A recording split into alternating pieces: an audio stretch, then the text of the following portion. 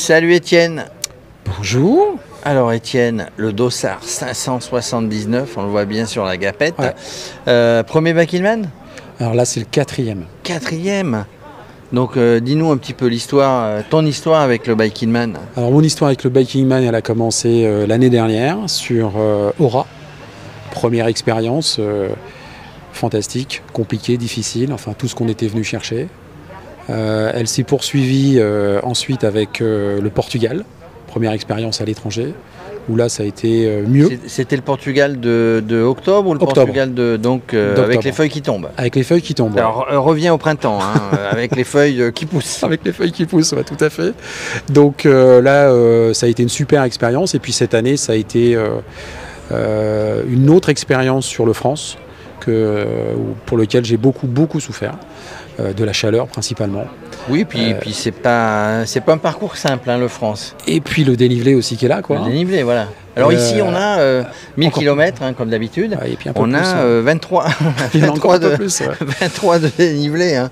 On aime ça, hein, souffrir. Hein. Alors, on aime ça, on aime le dénivelé, on aime aussi les traces, parce que les traces font partie aussi de cette aventure. Et là-dessus, on est vraiment servi par toute l'organisation. Moi, je profite aussi de l'occasion pour... Une visite touristique, en fait. Alors, la visite touristique également. La visite touristique sur le Pays Basque. Sur le Pays Basque, on sait qu'on va effectivement beaucoup souffrir parce que là, il y a vraiment des montées qui vont être très raides. Mais voilà, c'est ce qu'on est venu chercher. Tu as pris ton appareil photo pour faire des photos. Est-ce que tu m'as l'air de venir en touriste, hein, si je peux me permettre? Alors, la priorité aujourd'hui pour moi, elle est simple, c'est finir. Finir. Ouais. Donc vendredi, repas des finishers, on est là. Voilà, l'objectif c'est d'être là pour 20h vendredi déjà.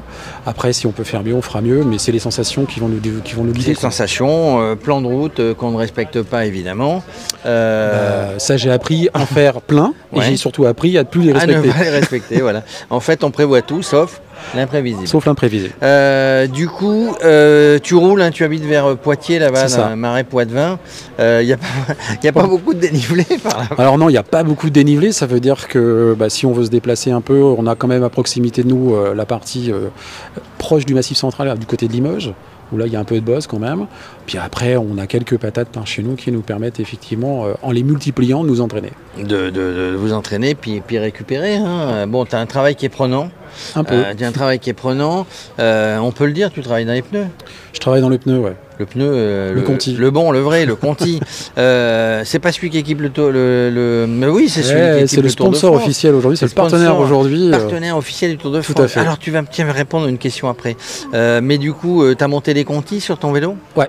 Du GP 5000. Alors, moi j'ai remarqué, tiens, on sort du Bike-in-Man, j'ai remarqué, tu es sur le Tour de France, tu les suis ou pas? Alors oui, je les suis, les Tours de France. En fait, on a la possibilité, en tant que collaborateur de l'entreprise, de pouvoir participer en fait à toute l'animation. D'accord, oui, parce qu'ils sont dans la caravane. Ils sont dans la caravane.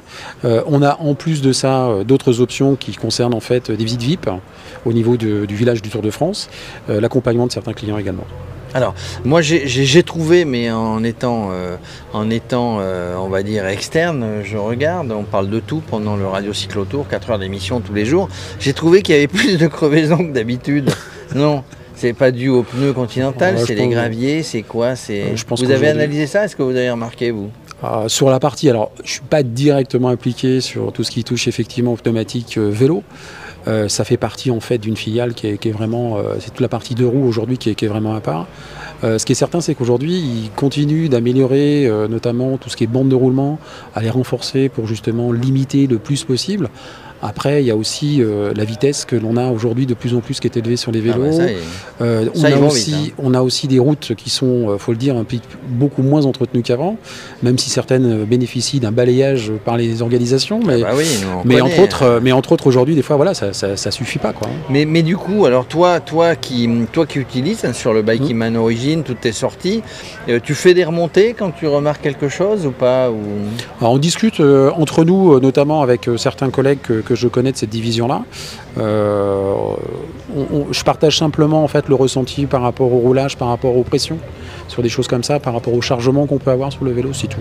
Voilà, ça reste somme toute très basique. Non, mais c'est bien d'écouter un petit peu de ce qui se dit et ce qui se fait finalement sur le terrain. Tu as regardé le parcours, en tout cas c'est le premier Euskadi. Hein. Oui. Je rappelle 10 000, non pas 10 000, non, 1000, pas 10 000 km, non, 1000 km, 15 000, 25 23 000 de D+. ouais. Tu as regardé, il y a des cols mythiques, hein, il y a l'Aspin, il y a le Tourmalet, il y en a d'autres.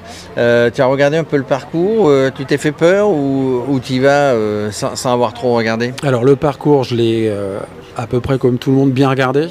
Alors Aspin, Tourmalet, pour moi, c'est pas des découvertes parce que j'ai déjà eu l'occasion de les faire. Je crois qu'il y a le Spandel, non? Il était au Tour de France, mais... Non, il n'y est pas. Il n'y est pas? Non, il n'y est pas.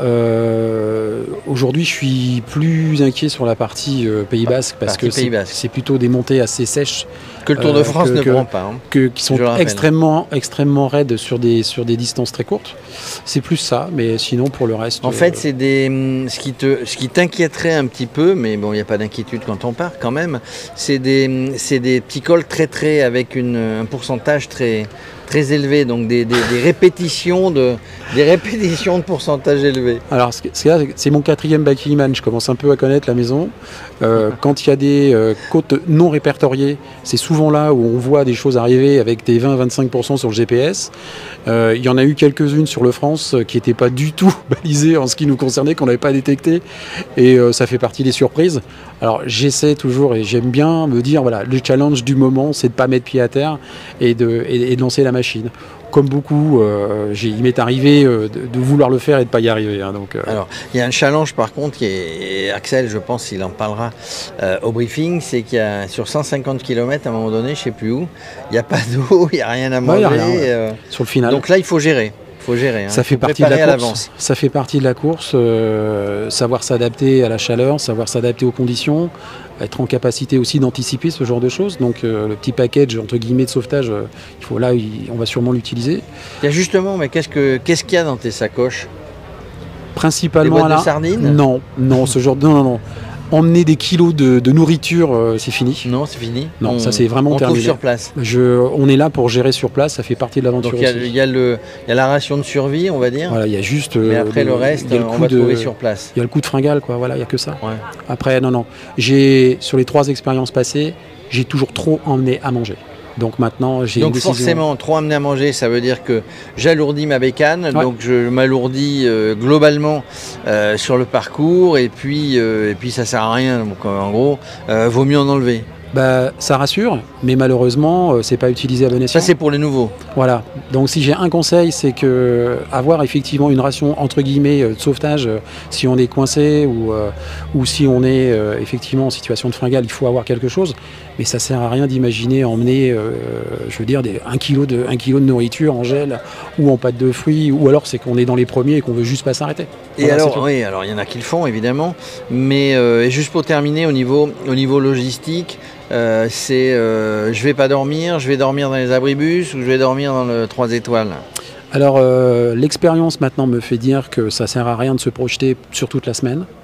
Moi j'ai opté pour 2 options, de la première et de la deuxième nuit. La première nuit c'est bivouac externe, la deuxième nuit c'est dans un hôtel où je suis raisonnablement capable d'aller, compte tenu d'un kilométrage à parcourir qui sera de l'ordre de 475 km. Et où donc je vais récupérer mieux pour repartir sur la deuxième partie. On sera à mi-parcours, un peu de choses près. Je serai pas loin, je suis à 150 km du CP2. Donc après on verra. En fonction de ce qui se passe.